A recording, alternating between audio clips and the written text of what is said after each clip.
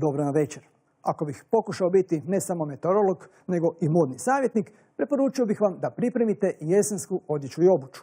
Ovako toplo, ponegdje i vruće, u većini će Hrvatske biti još samo sutra. Jesen nam uskoro stiže i to ne samo kalendarski i astronomski, nego i po vremenu. Današnja jutarnja temperatura zraka u sljedećem će tjednu ponegdje biti gotovo pa najviše dnevna.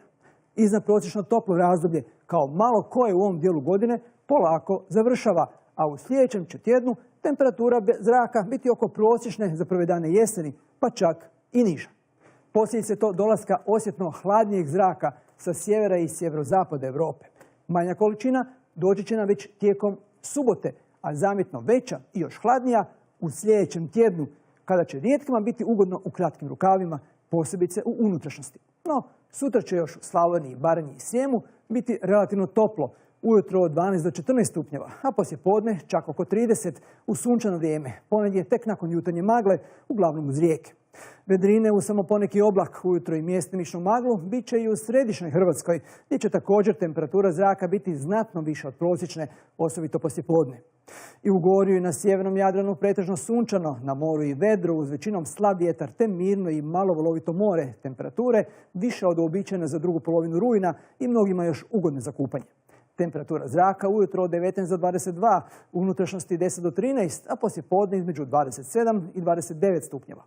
Mala vjerojatnost kratkotrajnog pljuska postoji uglavnom u Lici te unutrašnjosti Istre i Dalmacije. Oblaka će biti manje nego danas, ali ne i topline, gdje god i vrućine, te većinom slabog vjetra uz koji će more na srednjem Jadranu biti mirno i malo valovito, temperature 24 ili 25 stupnjeva. Podjednako i na jugu Hrvatske, gdje će također preovladavati sunčano uz tiho ili samo slab vjetar. Najniža će temperatura zraka biti od 19 do 23, a najviša oko 30 stupnjeva. Već u subotu u unutrašnjosti oblačnije i svježije, osobito u zapadnim krajevima, gdje je i znatno veća vjerojatnost pljuskova, grmljavina i olujnog nevremena, a još je vjerojatniji sjeverni i sjeveroistočni vjetar, često umjeren, ponegdje i jak. U nedjelju prolazno smirivanje vremena, zatim ponovno nestabilnije i vjetrovitije, od utorka i zamjetno svježije, ne samo diljem unutrašnjosti, nego i Jadrana, gdje će već sljedećih dana temperatura biti u padu, najprije zraka, zatim i mora.